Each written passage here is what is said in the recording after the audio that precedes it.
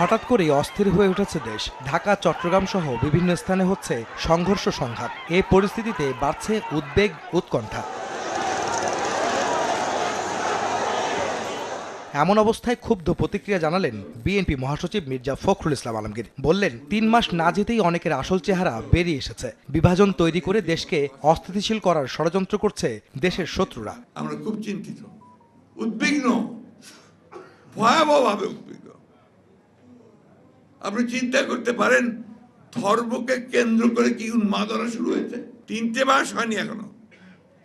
এই ৩টে মাসের মধ্যেই আমাদের সেই আসল চেহারা বেরিয়ে আসতে শুরু করেছে। এইরকম চেহারা নিয়ে কোনোদিনই সাফল্য অর্জন করা যায় না।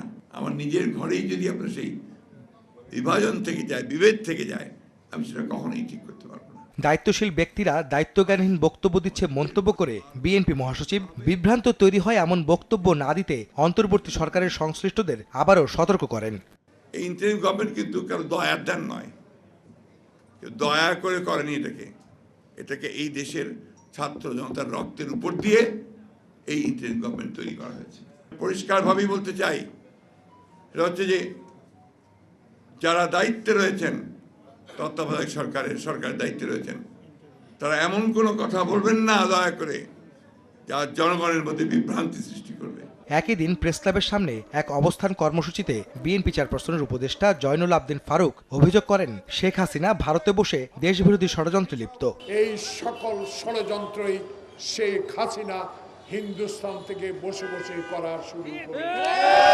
সেই শেখ হাসিনা এখন বাংলাদেশে নাই প্রিয় ভাইরা, কিন্তু বাংলাদেশে আবারও তার প্রেতাত্মা, তার লোকজন ষড়যন্ত্র শুরু করেছে। সামান্য একটা বিষয় নিয়ে আজকে আমার এক বন্ধুকে প্রাণ দিতে হয়েছে। দেশে চলমান অস্থিরতা ও সব ষড়যন্ত্র মোকাবেলায় সকল শ্রেণী পেশার মানুষকে ঐক্যবদ্ধ থেকে প্রতিরোধ গড়ে তোলার আহ্বান জানান বিএনপি নেতারা। আসুন আর অস্থিরতা না। আহমেদ সালেহীন, সময় সংবাদ, ঢাকা। 16 বছরে যে দারিদ্র